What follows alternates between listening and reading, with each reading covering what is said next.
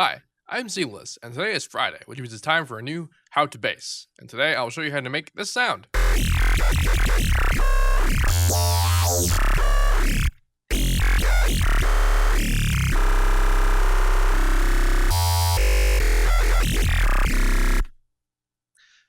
If you have been following my live streams, which I do every Saturday at 6 p.m. -5 GMT, which is EST time zone, you will probably recognize the sound because it's in fact one of the sounds I used in the track.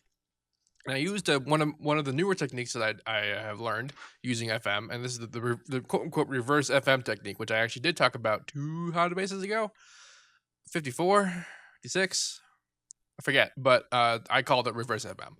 And what that does is that instead of modulating a fundamental tone by a high harmonic, I'm modulating a high harmonic by a fundamental tone.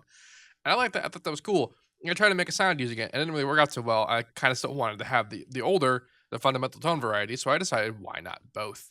And that's what this sound is about. So let's make it from the ground up. Bam. Right. So default.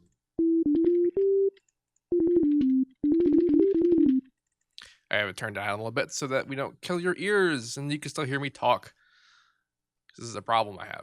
All right. So one of the things that video that showed this technique kind of clued me in on is that I could actually set the ratio to be 0.25, which is just at the right level to make the keyboard the right level to be the bass. So that's what I did. So 2.25, because that's how ratios work, is that half is the lower octave and double is a higher octave. So that's what's up with that. So I'm going to make a normal one where I modulate it by the fundamental tone. And because we're so low, the high harmonic that I'm going to add in is actually not going to be 64. It's going to be 11, just because I like it. It's actually 8 would be the normal one, but I wanted to be a little bit higher than that. So that's why I did that. So first, modulate with a fundamental tone, and then we set up mod X like this, because this is the modulation tab, and this is the modifier X.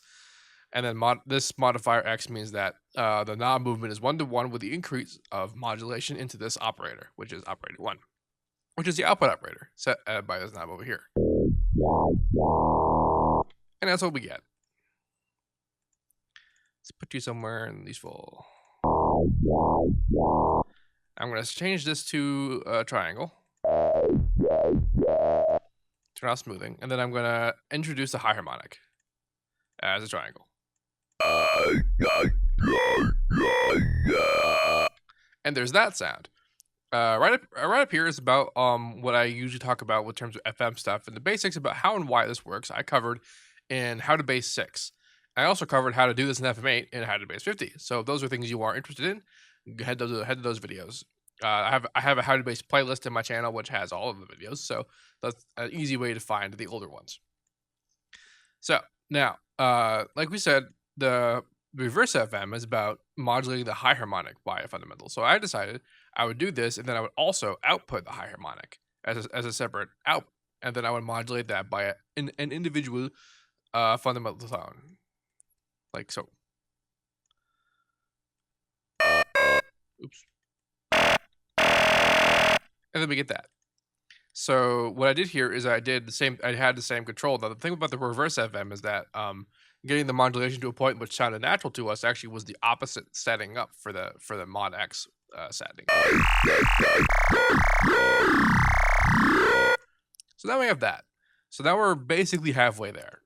At this point, I'm going to add in an oscillator 6 to be the external sine reinforcement for the bass. I'm going to set that down to 0.25, be the fundamental bass. I'm also going to modulate 4 by 5, but it's going to be at 0.5, which is actually the octave above 2.5. So that sort of extra FM just to give it some teeth kind of deal.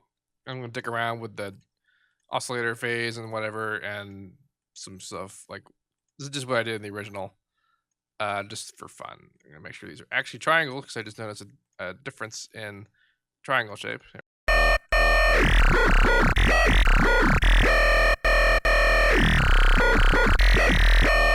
So now the sound's kind of related, but what's still being different? I'll tell you right off the bat, there's lots of post-processing, but even if that wasn't there,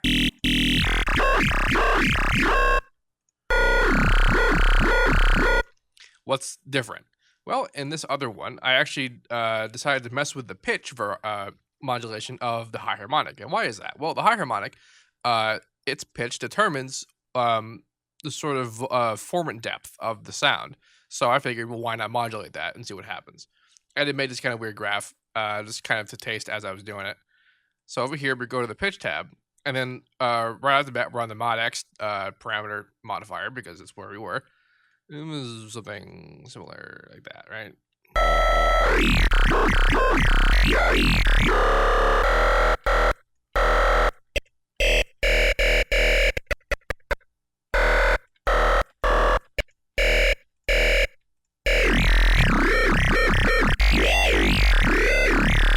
As you can see, that makes very interesting changes to the sound as a result of the pitch being different.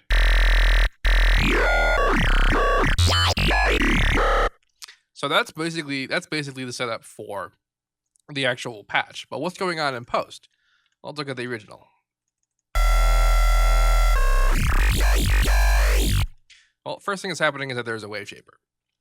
This one is a slightly less harsher version of the ones I usually like to do, which is to have a bit of pulse width modding. By doing this business, I left it in a little bit extra there, just so that it's still kind of the right sound, and then huge saturation increase on the wave here.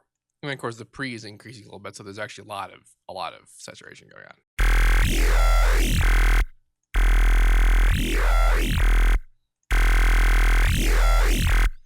On top of that, I have Maximus. And then what this is this is doing two things. One, it's ensuring that the bass is stable by compressing it.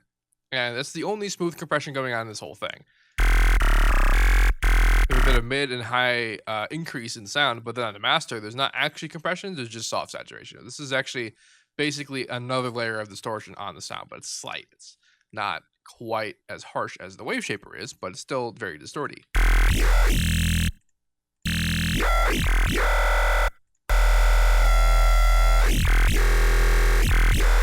The Y value isn't actually attributed to anything, so it doesn't really matter. And then of course I have some EQ, and this was set to fit in with the electro track, so it may or may not be relevant to the sounds as it is in general, but that's just there for that. So that's more or less what's going on with this sound. So to recap, we have the normal FM relationship of fundamental tone, triangle, FMing, fundamental tone, snare, sine, and that's the output. And then there's also a high harmonic going into that as well, which causes the vocal formant thing to happen. The pitch is being modulated a bit weirdly. Set the taste, so just kind of mess around with that, see what you like to do.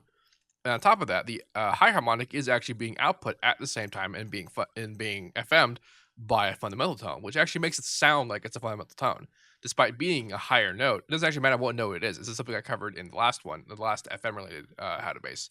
We talked about the reverse FM, because the fact that it's being pitched up and down so fast at that particular speed makes it sound like the bass note. It makes it sound like the note. So if you reinforce that with a sine wave, it is a bass. It sounds like the bass note, even if it is actually output a high note. And then I'm secondary FMing the fundamental that's FMing the high harmonic just for fun, because I thought it sounded cool, and that's what I did. And then there's wave shaping distortion, there's compression to even out the low end, and just to make things sound better. This is, again, set the taste. It's not super important. I set the attacks on all these to be very low, so that, off, so that when there is compression, it's very sharp.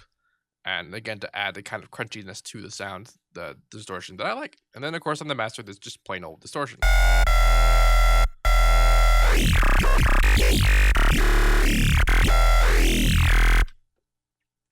And that's pretty much it. If you have any questions about this, let me know. I'll put up this patch, just the patch. You guys can figure out the post yourself, because not everyone has Maximus, and they kind of need that to open it up. So yes, you'll get the Citrus patch. If you're using Citrus as a VSTI in some other DAW, you'll want to rename the .fst to .fxb. I think that will solve that problem, if it's a problem for you. Yes, so I'd like to remind you that I'm doing a stream tomorrow, 6 p.m. EST, -5 GMT. Last week was a lot of fun. That was a lot of fun. But yeah, if you have any questions about anything in general, let me know. And as usual, Have a nice day.